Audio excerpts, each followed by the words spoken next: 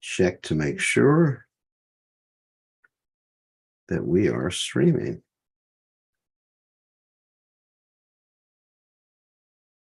Yes, we are live and alive. It's nice to be alive.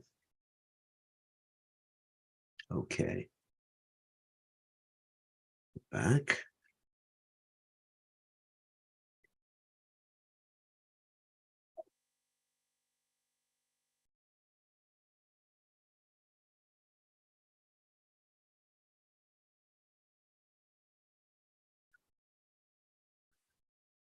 Alrighty, let's start with the guitar.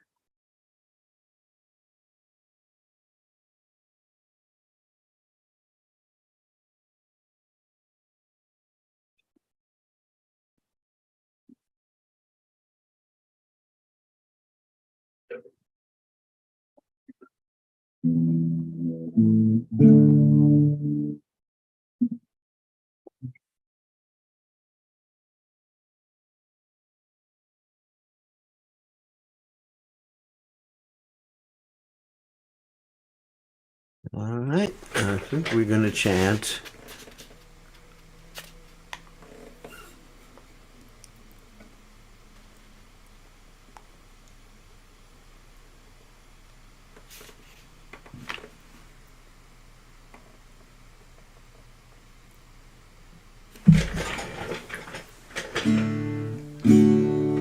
Arunodaya Kirtan Part 2, which is known as Jiv Jago.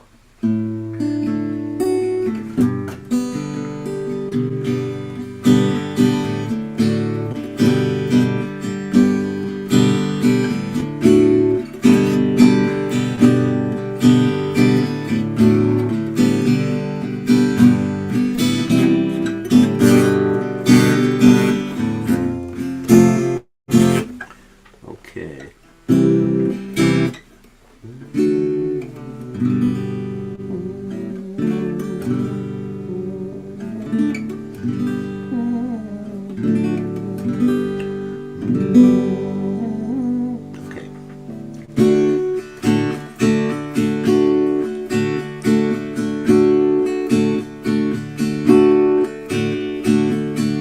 Jiv Jago, Jiv Jago, Ora Chanda Bole.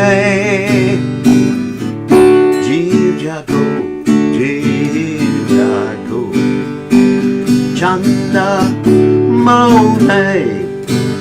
Kutanitra, Yao Maya, Isa Jiv Kola. Hey. Nitra Yaumaya Sachirikone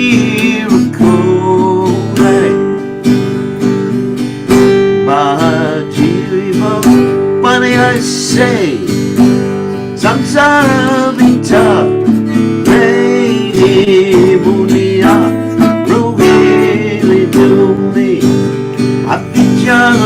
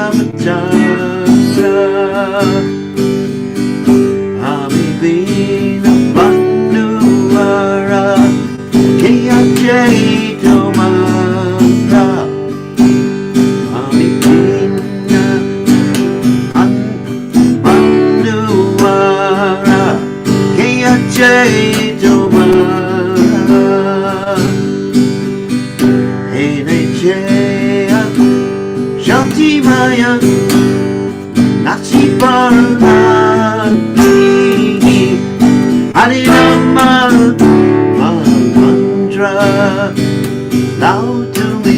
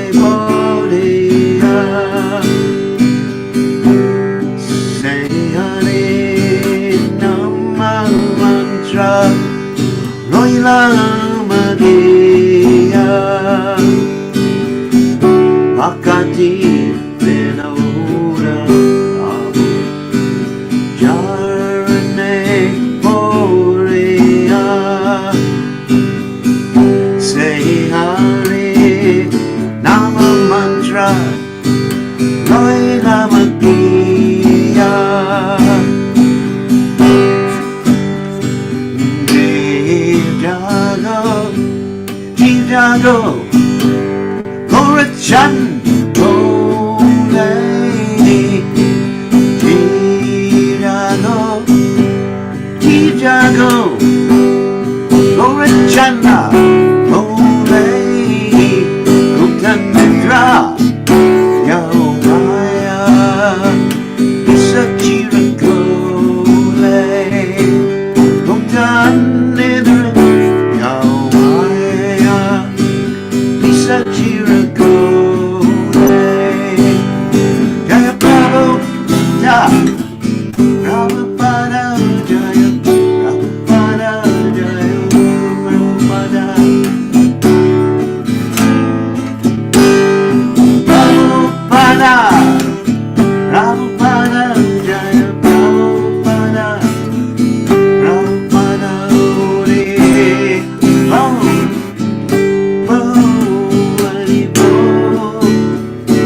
Hare Bo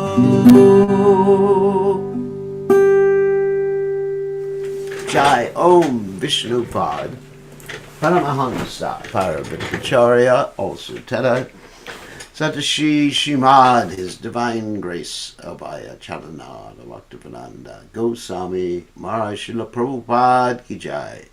ISKCON Founder Acharya Srila Prabhupada Ki Jai. Anantakoti Vaishnav Vrinda Ki Jai.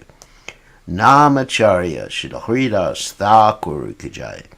Prem Se Kaho Shri Krishna Chaitanya Prabhu Nityananda Shri Advaita Gadadha Shivasari Gaurabhakta Vrinda Ki Jai. Shri Shri Radha Krishna Gopi Gopinath Shyam Kunda Radhakunda Giri Govardhan Ki Jai.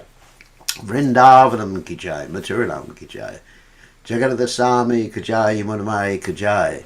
Shrimati Lasi Devi Ki Jai. Samaveda Bhakta Vrinda Ki Jai. Gaur Parimananda Hari Hari Bol. All glory is the assembled devotees. All glories to the assembled devotees. All glories to the assembled devotees. All glories to Shri Guru and Gauranga. Srila Prabhupada Ki Jai. Nama Om Vishnu Padaya Krishna Prastaya Bhutale Shrimati Bhakti Vedanta Swamaditi Namani Namaste Saraswati Devi Gauravani Pacharni Nivashesha Shunyavadi Paschatya Deja Tarni. Okay, just let me finish typing this one in for everyone.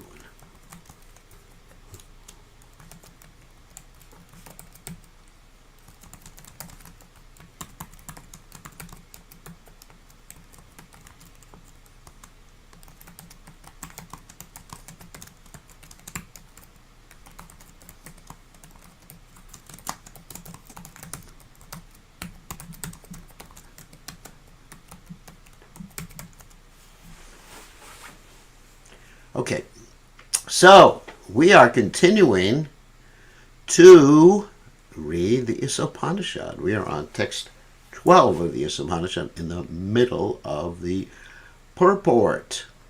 And so we're going to share the screen and go back to the middle of the purport. So, I have to read the translation here. Lord Gauranga is calling, wake up sleeping soul, how long will you sleep in the lap of the witch called Maya? You've forgotten the way of devotional service and are lost in the cycle of birth and death. I have descended just to save you. I am your only true friend. Other than me, what friend do you have? I have brought the medicine that will wipe out the disease of illusion from which you suffer. Take this great chant for deliverance, Mahamantra, the names of Hari. Srila Bhaktivinoda Thakur, falling at the Lord's lotus feet, take shelter of the Harinam Mantra, the Lord's holy names. Jai, Hare Krishna Mahamantra Ki Jai.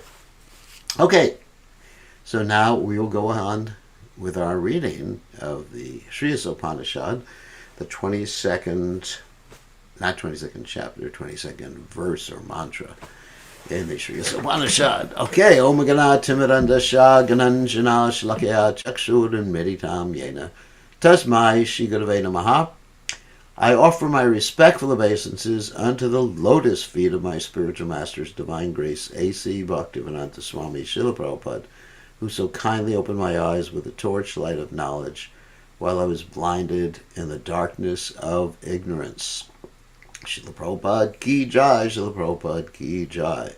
So now we will share the screen. First we're going to share the screen of the verse itself before we get to the middle of the purport, because we don't want you to forget which verse the purport is of. Okay? So this is text 12 of the Sri Isopanisad. And I will just read the Sanskrit and the translation really quickly.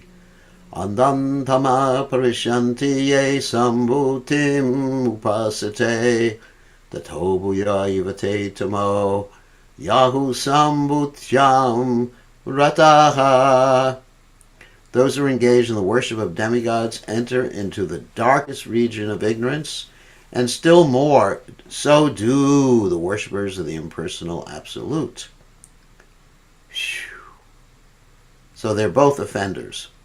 Okay, try to get that straight. Because worship of the demigods means you're worshiping them as independent gods. And the statement is that you are an atheist, an offender, and a rascal if you think the demigods are independent or equal to the holy name and the holy position of Lord Vishnu. And worse than that is those who think that the absolute truth has no personality, no variety, is just an amorphous either blob or energy. So these types of people enter into the dark regions of ignorance. Don't want to do that. Okay, so let's go ahead and share the purport that we're reading right now. The middle of the purport. Give me 1 second. Share the screen. Middle of the purport. Here we go. And I'll just move this little window around here. Okay, there we go. Such mental speculators do not know that the absolute personality of God is Krishna. I'm talking about the impersonalists here. And that the impersonal Brahman is the glaring effulgence of his transcendental body, or that the Paramatma, the Supersoul, is his all-pervading plenary representation. So remember, the Supersoul is the Lord that's in everyone's heart, and the Brahman is the great energy, the effulgence of God. So, nor do they know that Krishna has an eternal form with its transcendental qualities of eternal bliss, knowledge, eternal bliss and knowledge. Okay. The dependent demigods and great sages imperfectly consider him to be a powerful demigod. Phew, that's crazy. And they consider the Brahman effulgence to be the absolute truth. That's offensive. But the devotees of Krishna, by dint of their surrendering unto him in unalloyed devotion, can know that he is the absolute person, and that everything emanates from him. Such devotees continuously render loving service unto Krishna, the fountainhead of everything. In the Bhagavad Gita 7:20 and 23, it is said that only unintelligent, bewildered persons driven by a strong desire for sense gratification worship the demigods for the temporary relief of temporary problems. Yeah, they're stupid. Unintelligent is the same way as saying stupid. Because it's just temporary relief. It's like blowing on a boil or taking some pain reliever. Let's say you have some really bad problem with your teeth, and there's a massive infection. And so you think, oh, the solution is just take a little morphine or some other pain reliever, maybe a little more innocuous than morphine. And you think, oh, problem is solved. Or just like the tradition with the stork that sticks his head in the ground when he sees an enemy. That's his way of hiding. Closes his eye. Or closing your eyes When someone comes to attack you, you close your eyes and they disappear. Isn't it? Let's say someone is coming at me with a knife to stab me, and they're like 50 feet away. Okay, some distance away. And I think, well, the best way to get rid of this is just close my eyes, and then he doesn't exist anymore. So it gives me some temporary relief. I mean, at least I'm not in anxiety about it until I get stabbed. Since the living being is materially entangled, he has to be relieved from material bondage entirely to attain the permanent relief on the spiritual plane where eternal bliss, life, and knowledge exist. Sri Isopanisad therefore instructs that we should not seek temporary relief of our difficulties by worshipping the dependent demigods, who can bestow only temporary benefit. The real relief is to become transcendental. We worship Krishna. Rather, we must worship the absolute personality of God in Krishna, who is all attractive and who can bestow upon us complete freedom from material bondage by taking us back home, back to Godhead. Phew. That's nice. It is stated in the Bhagavad Gita, the 7th chapter, text 23, that worshippers of the demigods can go to the planets of the demigods.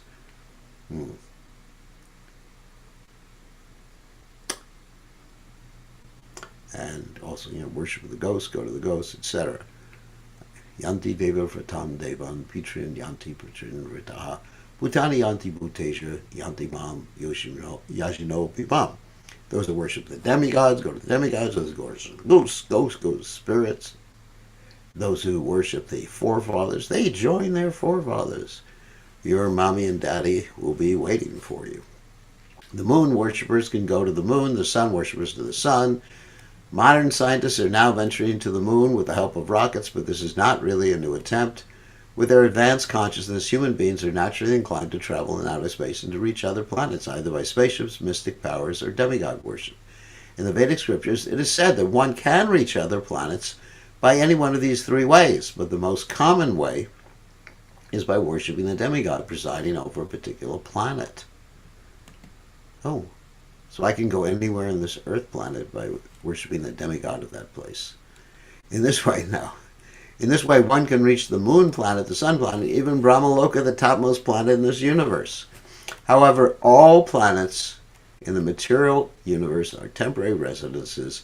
The only permanent planets are the Vaikuntha Lokas. That means the planets without anxiety. These are found in the spiritual sky where the Supreme Personality of Godhead Himself predominates, as Lord Krishna states in the Bhagavad Gita in the 8th chapter, text 16. Abrahma bhuvana loka punaravartinarjuna mamapecha takunteya punarjanmana vidyate. And this is a direct quote. From the highest planet in the material world down to the lowest, all are places of misery wherein repeated birth and death takes place. But one who attains my abode, O son of Kunti, never takes birth again. Sri Isopanisad points out that one who worships the demigods and attains to their material planets still remains in the darkest region of the universe. The whole universe is covered by the gigantic material elements. It is just like a coconut covered by a shell and half filled with water. Since its covering is airtight, the darkness within is dense, and therefore the sun and the moon are required for illumination. In other words, we're inside this universe. The natural condition is what? Darkness. So you need sun and moon, or electricity, and the electricity is an extension of the sunshine anyway. So the Bhagavad Gita teaches us natad bhasyate shriyo nashashanko napavaka yadgatva nadivartante tadama paramamama. Krishna says, in my abode there's no need of moonlight, sunlight, or electricity. That means Krishna's abode is the spiritual world, because everything is effulgent.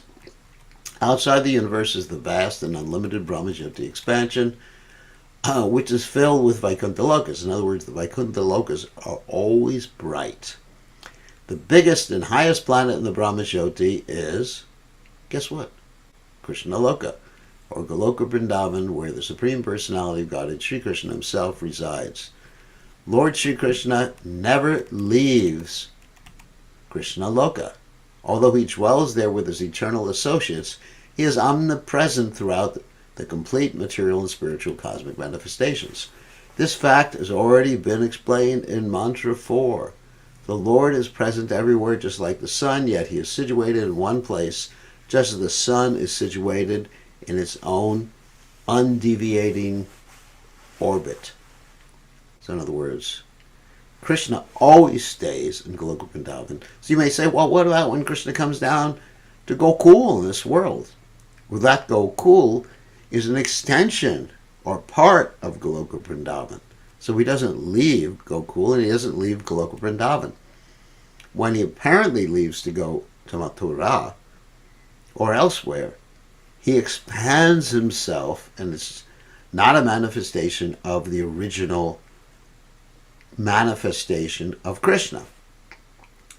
The original Krishna, his original source of all other expansions, is in Goloka Vrindavan, and he never leaves. So you may say, well, what if you can't see him? Well, sometimes he's hidden from your vision, or even the vision of his great devotees, when he's apparently leaving for the sake of pastimes, to evoke in them a sense of separation, intense mood of separation. Like Lord Chaitanya prays, Yugaitam nimishena chakshusha pravishaitam shunyaitam jagat sarvam govinda vidahename. O Krishna, feeling your separation, I'm considering a moment to be like 12 years or more. Tears are flowing from my eyes like torrents of rain, and I'm feeling the whole world is vacant in your absence. The problems of life cannot be solved by going to the moon planet or some other planet above or below it. It's like there's some people nowadays who say, well, the solution is we go to Mars. What are you going to do in Mars? You can't live there. You can't remain there. What are you going to do there? It's not the solution to anything. Of course, there's some people who say, well, when we destroy this Earth planet, let's go and live in Mars. And even if Mars was habitable for us, we would destroy it very quickly after that. Therefore, Sri Isopanisad advises us not to bother with any destination within this dark material universe, but to try to get out of it and reach the effulgent kingdom of God. There are many pseudo-worshippers, means false worshippers, who become religionists only for the sake of name and fame. Such pseudo-religionists do not wish to get out of this universe and reach the spiritual sky. They only want to maintain the status quo in the material world under the garb of worshiping the Lord. In other words, they worship God to get something from him, or they worship God because they want to impress people or make a living. You know, it's a very lucrative occupation. Lucrative means, make a lot of money. Hey, like you see these Christian ministers sometimes, and even the Brahmins, some of the Brahmins in India, the famous ones, they're rolling in the money. The atheists and impersonalists lead such foolish pseudo-religionists into the darkest regions by preaching the cult of atheism. The atheists directly deny the existence of the Supreme Personality of God, and the impersonalists support the atheists by stressing the impersonal aspect of the Supreme Lord. Thus far, we have not come across any mantra in Sri Isopanisad in which the Supreme Personality of Godhead is denied. It is said he can run faster than anyone. Those who are running after other planets are certainly persons. And if the Lord can run faster than all of them, then how can he be impersonal? The impersonal conception of the Supreme Lord is another form of ignorance, arising from the imperfect conception of the Absolute Truth. So, of course, the Lord does have an impersonal manifestation, which is called the Brahmajyoti. But to consider that impersonal manifestation, the Brahmajyoti, the white light, to be the Absolute Truth is a form of ignorance. It's only a manifestation of the Absolute Truth. Does everybody understand that? Just like I may have some energy or even possessions To consider the possessions or energy to be me is ignorance. Right? Obviously. The ignorant pseudo-religionists and the manufacturers of so-called incarnations who directly violate the Vedic injunctions are liable to enter into the darkest region of the universe because they mislead those who follow them. So not only are they misled, but they are responsible for misleading others. And the verse mentioned is Natevadu Swartha Katimhi Vishnu Durashaya Ye Bahir Artha Manina Andar Yatanda Ripani Manash Tesh Pisha Tantram Urudamni Bala. Those who don't know Krishna, Natevadu Swartha Katimhi Vishnu Durashaya, they're really bad because they are Andar Yatandar. That means they're blind and they're leading other blind people. The blind leading the blind. And what happens? They both fall into the proverbial ditch, which means ignorance. These impersonalists generally pose themselves as incarnations of God to foolish persons who have no knowledge of Vedic wisdom. If such foolish men have any knowledge at all, it is more dangerous in their hands than ignorance itself. A little bit of knowledge is a dangerous thing. Because they can twist words and use some truths, turn them into half-truths, and bewilder people. Such impersonalists do not even worship the demigods according to the scriptural recommendations. In the scriptures, there are recommendations for worshiping demigods under certain circumstances. But at the same time, these scriptures state that there is normally no need for this. But if you're attached, better something than nothing. In Bhagavad Gita 7.23, it is clearly stated the results derived from worshiping the demigods are not permanent. Since the entire material universe is impermanent, whatever is achieved within the darkness of material existence is also impermanent. The question is how to obtain a real and permanent life. The Lord states that as soon as one reaches Him by devotional service, which is the only and one and only way to approach the personality of Godhead, Bhaktimam Abhijanati, one attains complete freedom from the bondage of birth and death.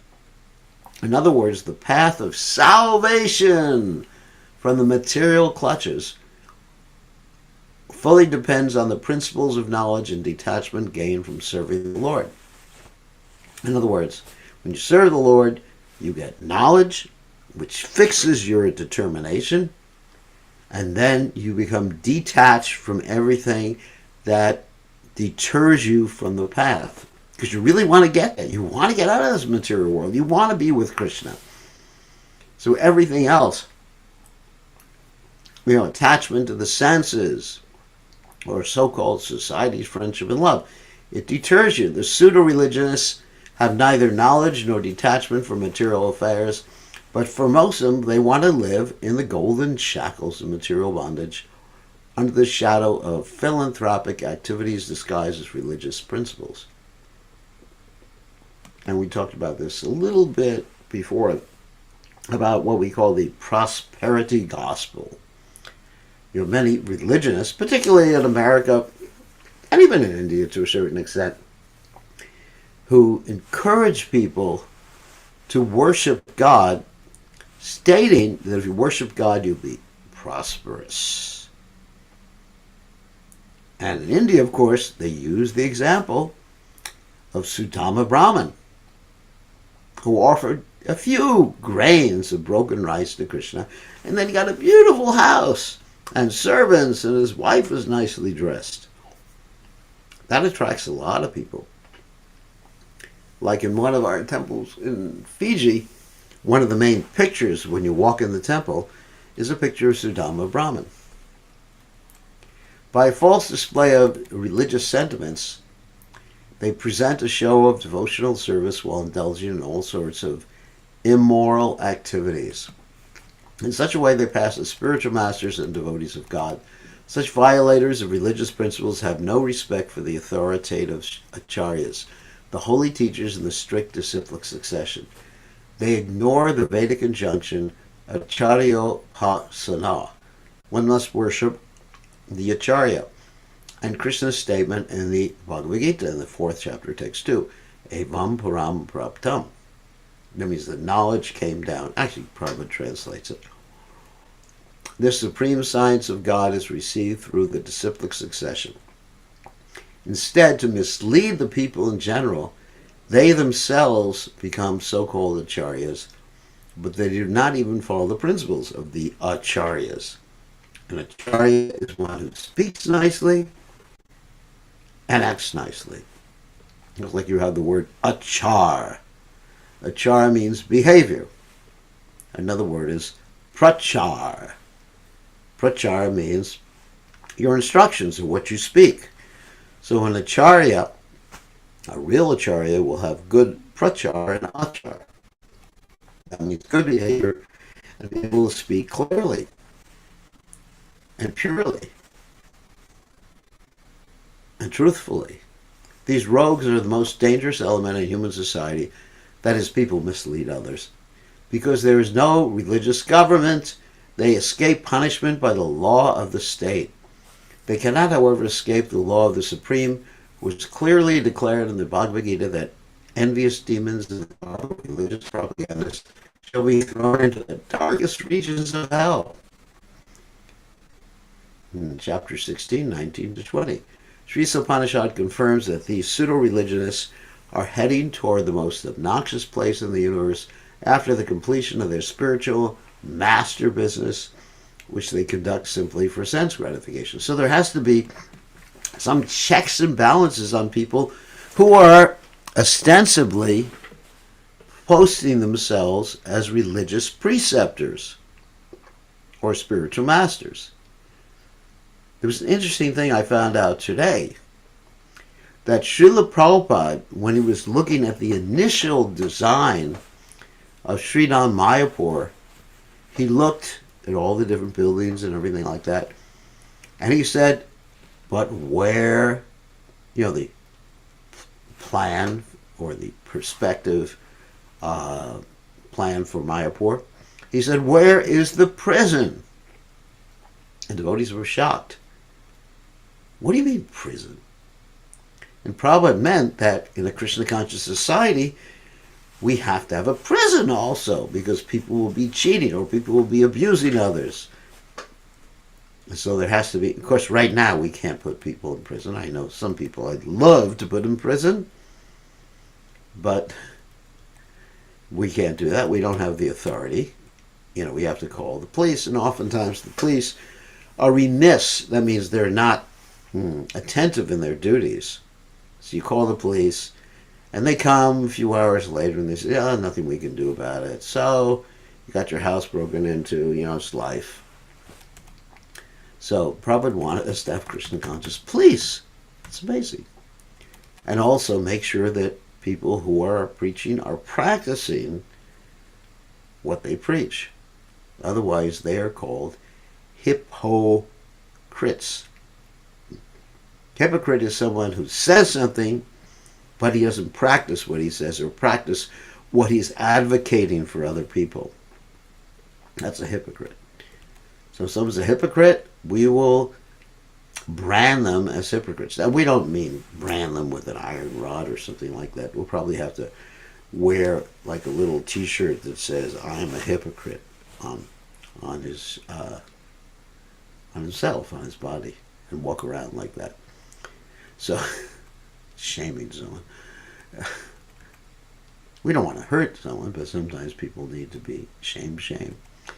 So next verse, text 13, which is actually auspicious, even though in the Western world, people consider the number 13 to be inauspicious. And traditionally in India, it was an auspicious number, just to let you know. Nowadays, of course, they follow the Western world. 13. So like if you go on an airplane or in a bus, you'll find that the seat numbers, they jump from 12 to 14. Or if you go take an elevator, which is called a lift, you'll find the floors jump from 12 to 14. There's no 13th floor. Because nobody would stay there. Interesting. But 13 is auspicious. And every number, when used for Krishna, is auspicious. You know, if you have 13 preparations on the deity's plate, that's auspicious. Or if you have $13 million, it's auspicious. If someone offered me $13 million, I wouldn't say, no, don't give it to me because it's not auspicious. So, next verse. Anya devahu sambhavat, anya dahura sambhavat, iti shushrama dhiranam, yenastad vichachakshire. Oh, you got to do word by words. Anyat, a different, Eva, certainly, Ahu, it is said, Sambhavat, by worshipping the Supreme Lord, the cause of all causes. Anyat, different, Ahu, it is said, Sambhavat, by worshipping what is not the Supreme, Iti, thus, Sushruma, I heard it, Dhiranam, from the undisturbed authorities, Yea, who, na, unto us, taught, about that subject matter, Vichachakshire, perfectly explained. It is said that one result is obtained by worshipping the supreme cause of all causes, and that another result is obtained by worshipping what is not supreme. All this is heard from the undisturbed authorities who clearly explained it. Now, that's pretty much common sense. You know, if you worship the supreme, then it's going to be different than worshipping something that's not supreme. And of course, that deals with this mantra that one bogus so-called sadhu said, Yatuma Tatapat, which means I'm okay, you're okay, or, you know, whatever you do, you end up in the same place. And people even use that verse in the Bhagavad Gita, Yeyatamam prapajante tapsataivavat, tapsataivavajabhiham, mamavart manavartante manushapartha sarvasha. As they surrendered me, I reward them accordingly. Everyone follows my path in all respects. Well, yes, you could say everyone is following Krishna's path, because every path is Krishna's path.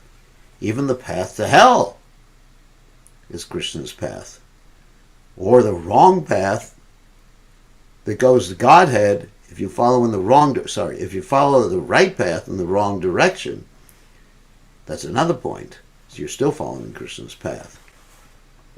So obviously, just like if you go to the airport, you take a plane, it's not that whatever plane you take, you'll end up in the same place. No. Whatever plane you take, you end up where the plane is going. So if you buy a ticket for Alaska or Fiji, then that's where you go. If you buy a ticket for South America, that's where you go. You can't complain. It's not that all tickets take you to the same destination. But also at the end of this is, one should hear from undisturbed authorities. Undisturbed means authorities who control their senses. Control their senses, like we find in the Nectar Instruction, which we read recently. Vacho vegam manasakroto vegam jiva vegam udrupashta vegam. That one who's able to control the tongue, the belly, genitals, he can be a real authority, a real guru. Sarvam apimam pritivam sa shishat. One is authorized to accept disciples all over the world. The system of hearing from undisturbed authorities is approved in this mantra. Undisturbed means people with their senses under control. Because if your senses are not under control, you're called Adanta Gopir. That means, basically, uncontrolled senses. Gopir is senses, Adanta. Uncontrolled, untamed senses. And when you have untamed senses, you keep repeating the same thing, hoping you're going to get a different result, which is called Punak Punas Charvita Charvadanam, chewing the already chewed.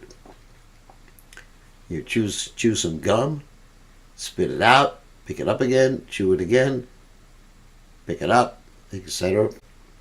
That is a fruitless endeavor. Unless one hears from a bona fide acharya who is never disturbed by the changes of the material world, one cannot have the real key to transcendental knowledge.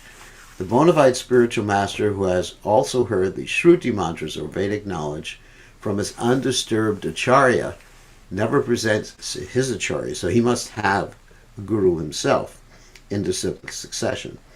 Never presents anything that is not mentioned in the Vedic literature. In the Bhagavad Gita 9.25, it is clearly stated that those who worship the Pitris, which I actually talked about before, or forefathers, attain the planet of the forefathers. That's called Pitriloka. It's like a vacation place. That's right, it's like Hawaii.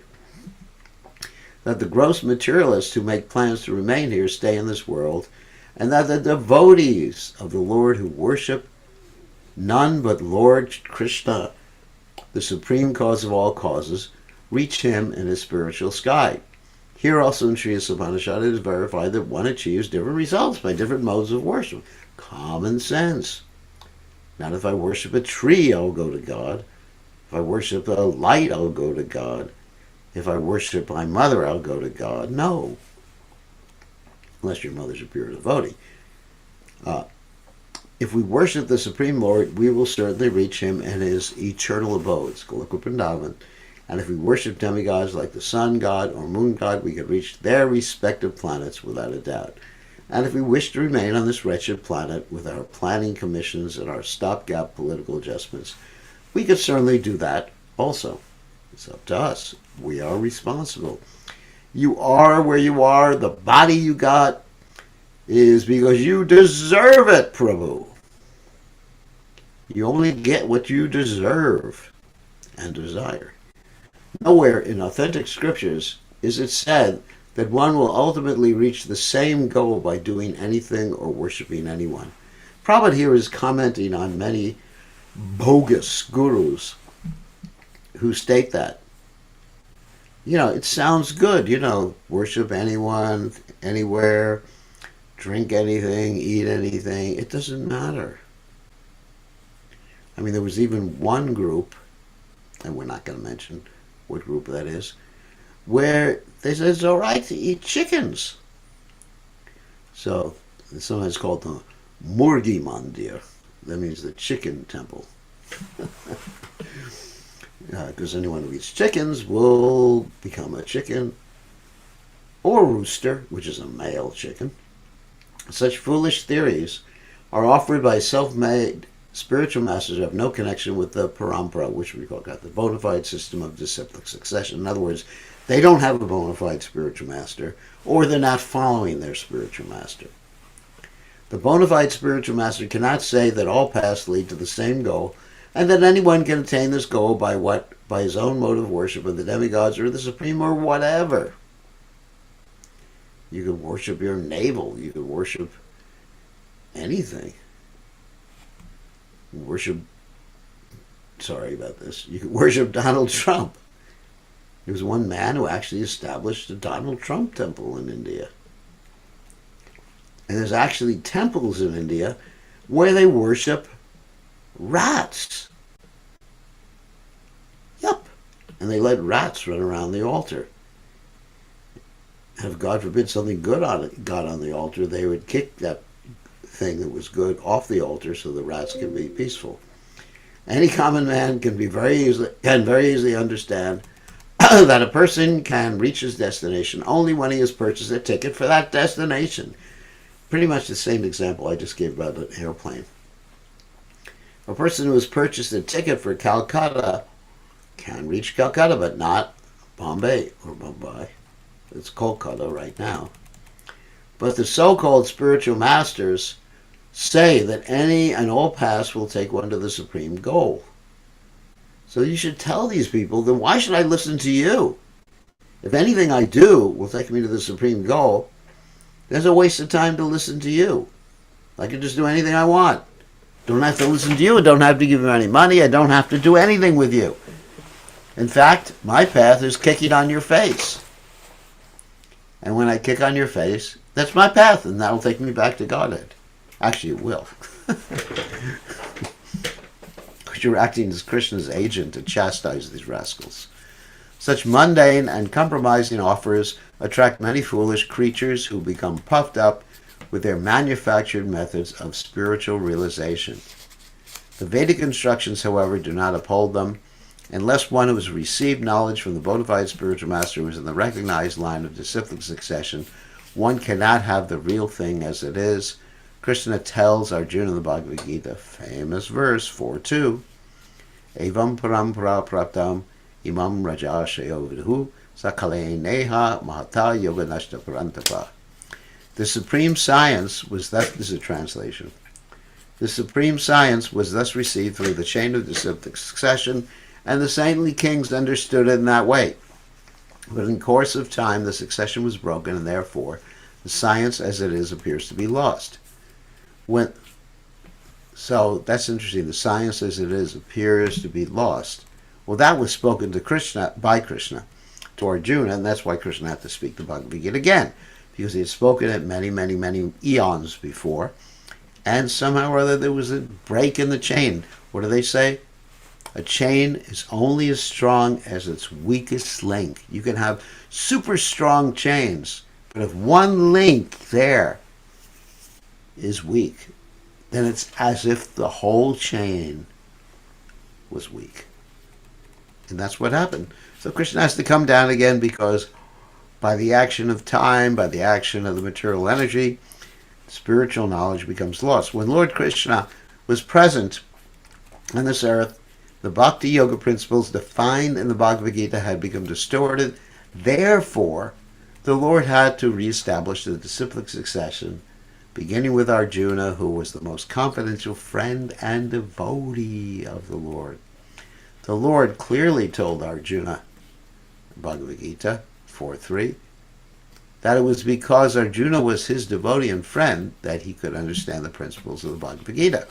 In other words, only the Lord's devotee and friend can understand the Gita.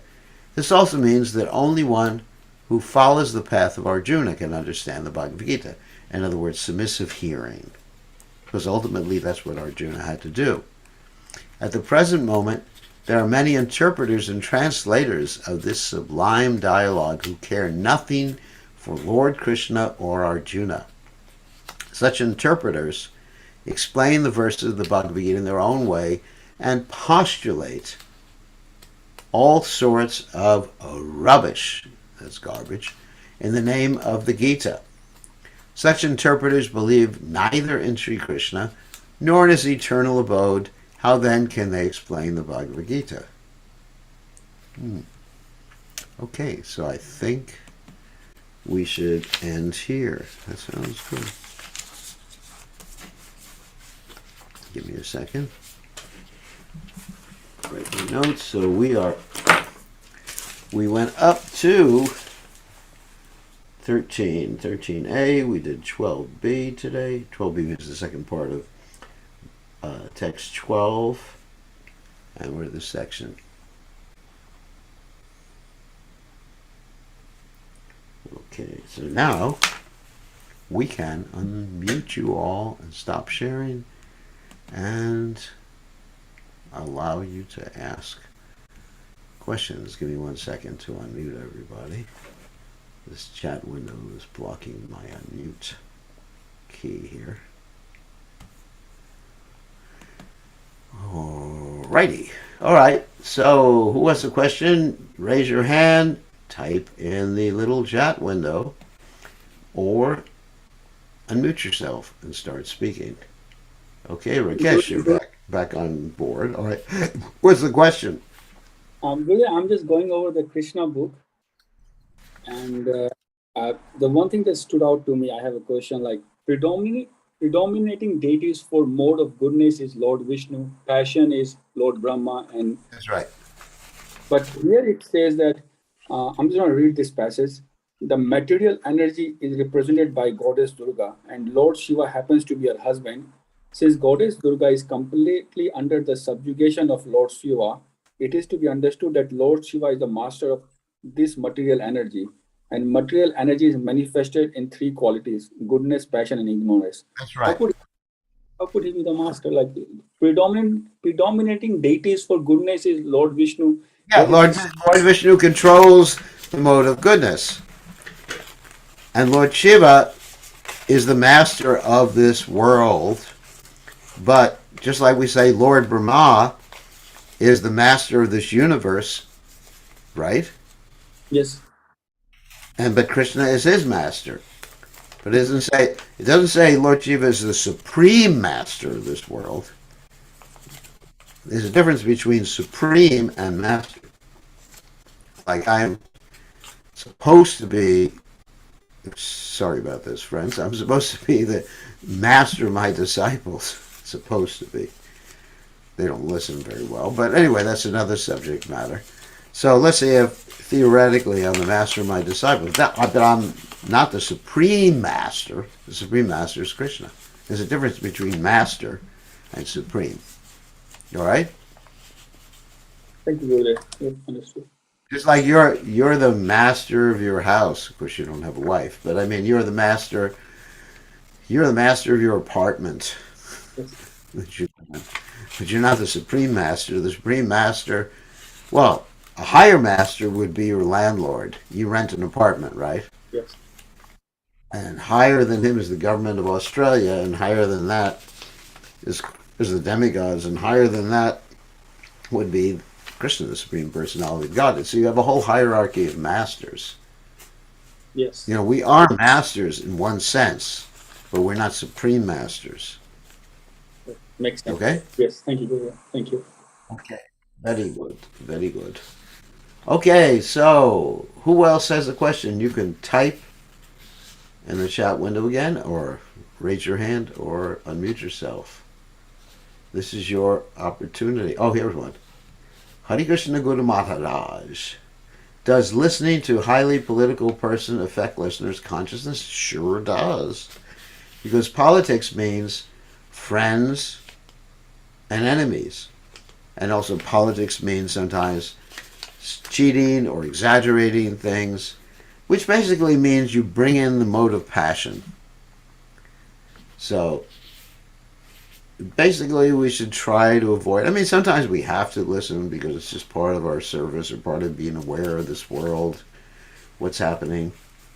And sometimes we have to function, just like if you have a job, sometimes you have to deal with people who are political. So you have to know, you have to know vidya and avidya. You have to know how to deal with this material energy. And if you just deal with it without over dealing with it, in other words, doing the needful, not over endeavoring or over dealing with the world more than necessary, then your consciousness will not be affected. But if you really get into it and you get into politics means friends and enemies. And dealing with friends and enemies in different ways. What is that? Different ways of dealing with friends and enemies. One way is sweet words. You say nice words to your enemy to try to get him or her to cooperate. Give them a position, give them bribes, threaten them, etc. like that. So these are different methods of dealing with people, which is simply material. But you have to be aware of it, especially if you have a position. Let's say if you were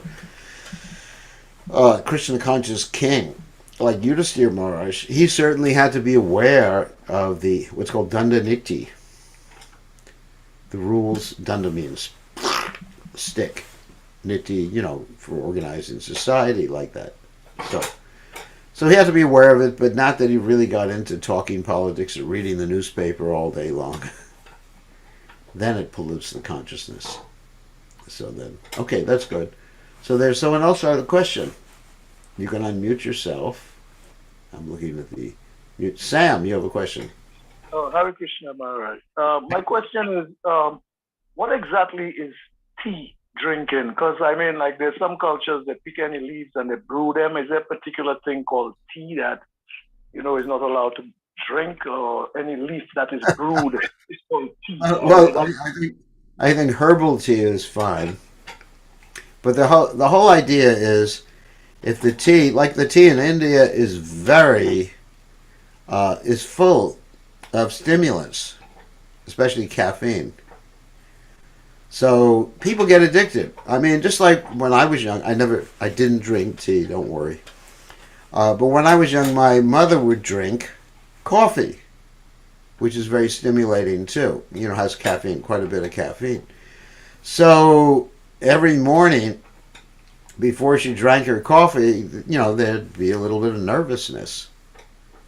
And a lot of people like that in this world. I mean, India and America with the caffeine addiction. It's not only India with caffeine addiction. That they wake up in the morning and they can't get going unless they take caffeine. They just remain in bed if they take caffeine. So the idea is a caffeine drink. To be more specific, caffeine drink.